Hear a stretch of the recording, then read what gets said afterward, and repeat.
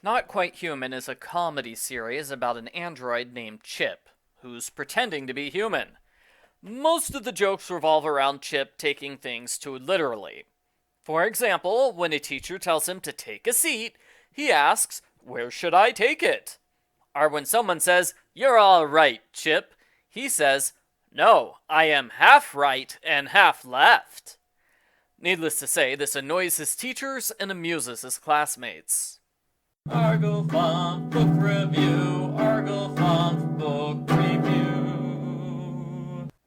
Chip starts 8th grade when, his battery power is low. I can't believe Dr. Carson is smart enough to build his own android, but dumb enough he forgot to charge it for more than 5 minutes. Chip looks for an electrical outlet to plug himself in. That's when someone breaks the trophy case and steals the trophies. Since Chip is alone in the hallway, Coach Duckworth assumes he's guilty. Coach Duckworth constantly screams and insults Chip throughout the entire book. I'm not entirely sure he should be allowed to teach middle school. He seems very unstable. Duckworth takes Chip to the psychiatrist's office, where he unknowingly presses the button that makes Chip move and talk at 3 times normal speed. Why does Chip even have that button? In what situation is talking at triple speed a useful thing for him to do? Dr. Carson teaches science at the school, so he's able to smooth things over with the other teachers. It helps that the police found evidence of a third person at the crime scene.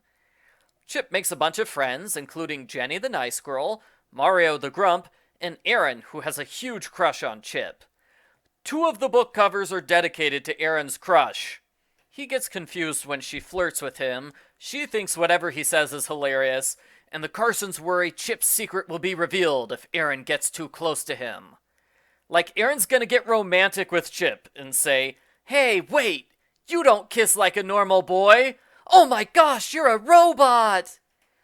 Dr. Carson has a daughter named Becky, who's a year younger than Chip. I like Becky. She jokes around a lot, and she really cares about Chip, even though he's a fake brother. Chip accidentally bumps into the school bully, Jake Blocker. Jake tries to beat him up after school. Chip dodges all his attacks by moving quickly. Oh, that's why he has the triple speed function. The trophy thief breaks into school and starts a fire with the ovens. Coach Duckworth and Principal Gutman question Chip. He annoys them a lot, and he admits to setting a fire at home in a fireplace. The principal forces Chip to work with one of their model students, Tad Taggart. Tad runs the school's computer lab. He programs his own games and solders memory chips onto circuit boards. Typical middle school computer stuff, you know? Chip accidentally burns himself with the soldering iron, and his legs malfunction on the way home. That leaves him with low battery power when he sees Jake and Tad fighting. Jake hurts himself by punching and kicking Chip's metallic body. But it's okay, Jake doesn't realize Chip is a robot. He actually thinks it's cool that Chip can get hurt without complaining. So he kinda likes Chip now. "I tried to beat you up, but I hurt myself instead. Let's be friends!"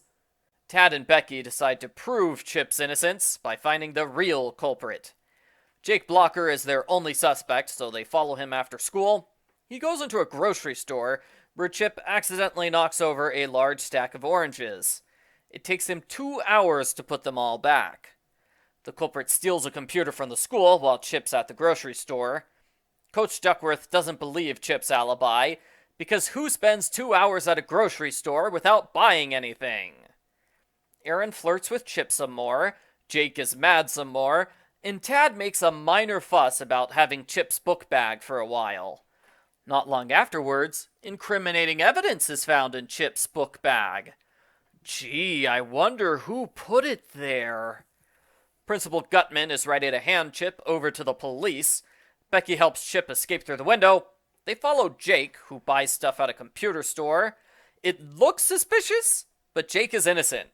Tad paid Jake to get something at the computer store in order to frame him. I don't know why Tad did this when he already framed Chip. I also don't know why Jake keeps this information a secret when telling the truth would instantly clear him of all suspicion. It's like he's trying to make himself look guilty. There's a scene where Coach Duckworth chases them. Jake and Chip go to Tad's house to confront him. Tad refuses to admit anything, but Chip has a conveniently timed malfunction which allows our heroes to catch Tad red-handed with the stolen merchandise. Tad confesses he's trying to win a computer game programming competition. He stole the trophies so he could sell them and buy his own computer. He set the fire by accident when he stayed at school overnight and tried to cook food by himself. Chip's family is happy to have his name cleared, and Duckworth gets covered with chocolate sauce. The end. Post-book follow-up. This book is amusing enough, but I think the writing could be improved. Multiple times, Chip has a battery malfunction, which forces him to be in a certain location that's convenient to the plot. Someone else must have commented on this writer's trick, because they fixed Chip's battery issues in the next book. The mystery's okay. I think there was an attempt to make Erin look guilty, but it's so minor, I'm not sure if she's supposed to be a real suspect or not. It's pretty obvious Tad is the culprit. I wish the book had played that story for laughs. You know, Tad keeps doing obvious, suspicious things that Chip doesn't pick up on because he's an android. Instead, the book goes with Jake as a fake-out culprit, long after Tad has shown his hand by putting incriminating things in Chip's bag. I think the ending was the worst part of the book, as it stretched things out for way too long. It should have been 2 chapters, not 3. It definitely felt like the author was trying to meet a specific word count at that point. Overall, I like the book. It's good enough. I'll read the whole series. I like dumb puns, and while the jokes aren't the greatest, I had some legitimate laughs. I probably would have loved this series if I had read it in middle school. I give Not Quite Human #1, Batteries Not Included, a 6 out of 10.